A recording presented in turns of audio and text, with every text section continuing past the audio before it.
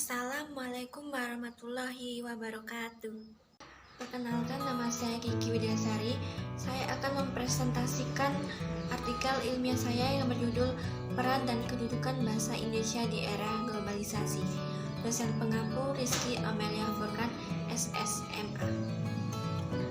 Peran dan kedudukan bahasa Indonesia dalam ilmu pengetahuan di era globalisasi. Oleh saya sendiri, bahasa merupakan alat komunikasi serta alat untuk menyampaikan perasaan, gagasan, serta pikiran. Bahasa Indonesia mempunyai dua kedudukan, yaitu sebagai bahasa nasional dan bahasa negara. Pada era globalisasi ini, bahasa Indonesia dihadapkan pada perkembangan dunia yang sangat pesat, termasuk perkembangan teknologi, informasi, kebudayaan yang begitu mencemaskan. Dengan pesatnya perkembangan teknologi, informasi, dan kebudayaan tersebut, menuntut bangsa Indonesia untuk bekerja keras dan secara aktif mempersiapkan diri mengejar ketertinggalan. Salah satu usaha untuk mengantisipasi era globalisasi itu, pihak sekolah dasar sampai perguruan tinggi menerapkan pembelajaran bahasa Inggris bagi siswa dan mahasiswa mereka.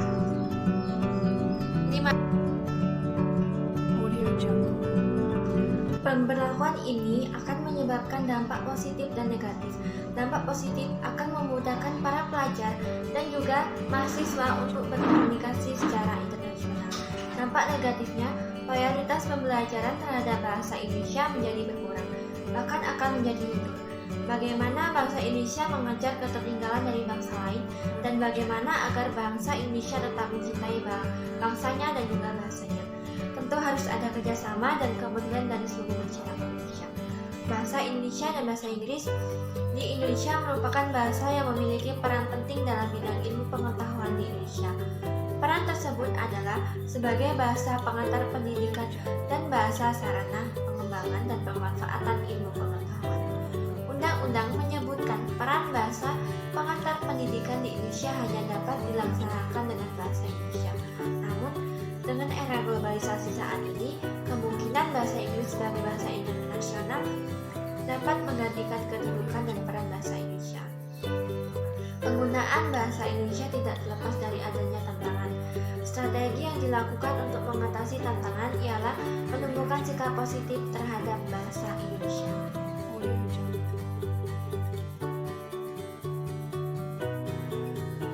Bahasa adalah alat komunikasi dan kerjasama yang paling efektif dalam berkomunikasi atau dalam berinteraksi antar sesama.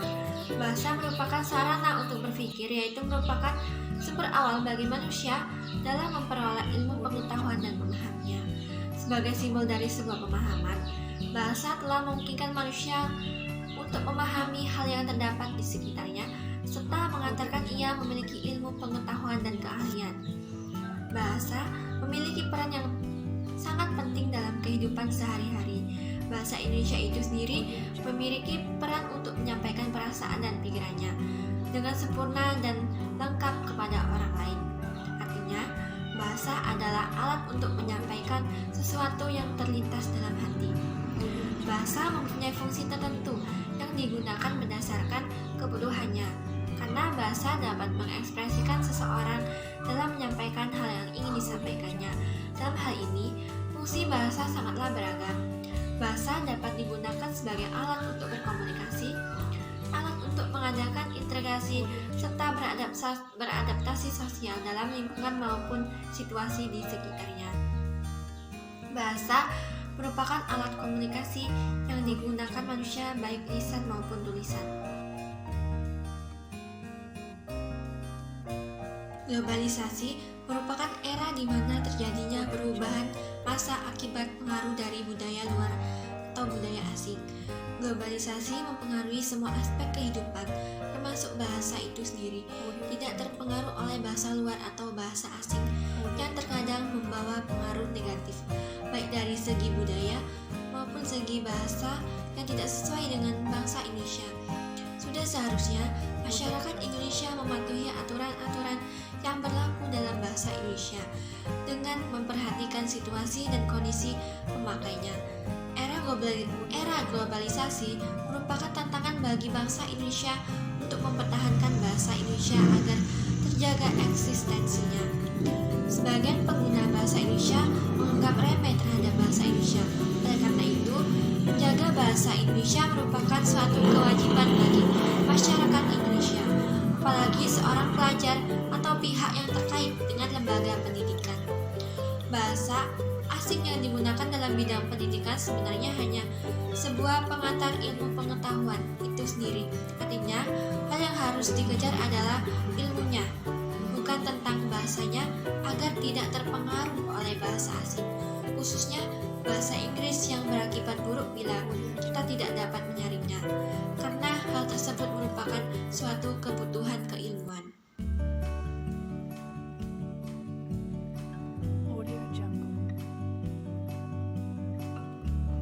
Pembahasan.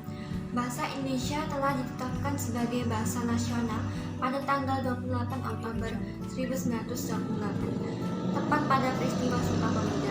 Hal ini terdapat pada isi Sumpah Pemuda pada nomor ketiga, yakni kami putra dan putri Indonesia menjunjung bahasa persatuan bahasa Indonesia.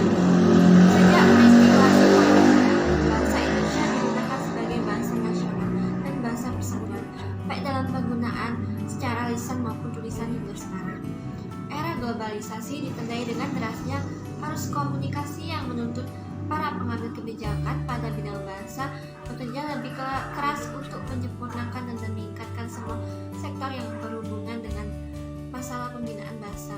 Walaupun perkembangan bahasa Indonesia terbilang pesat, tetapi di sisi lain terdapat peluang dan tantangan terhadap bahasa Indonesia yang semakin besar pula.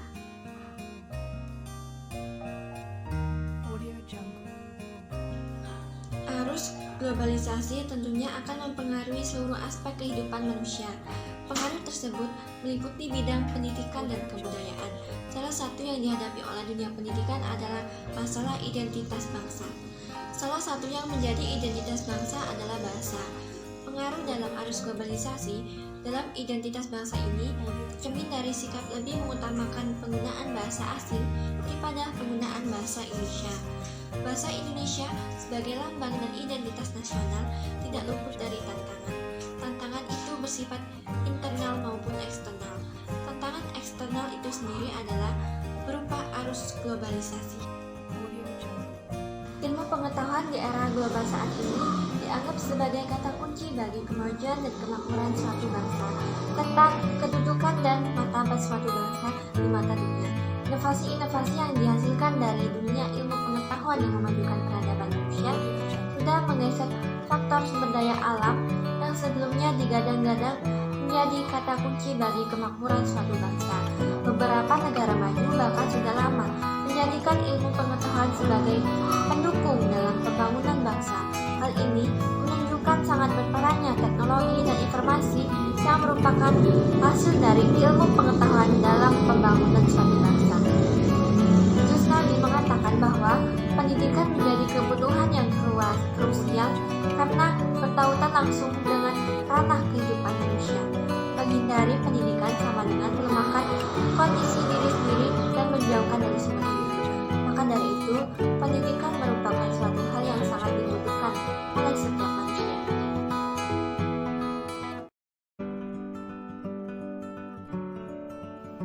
Kedudukan bahasa Indonesia dalam bidang ilmu pengetahuan adalah sebagai bahasa pengantar pendidikan dan bahasa sarana pengembangan dan pemanfaatan ilmu pengetahuan, teknologi, dan seni. Peran bahasa Indonesia sebagai bahasa pengantar pendidikan diatur dalam Undang-Undang Republik Indonesia Nomor 24 Tahun 2009 Bab 3 Pasal 29 yang berisi 1. Bahasa Indonesia wajib digunakan sebagai bahasa pengantar dalam pendidikan nasional. 2. Bahasa pengantar sebagaimana dimaksud pada ayat 1.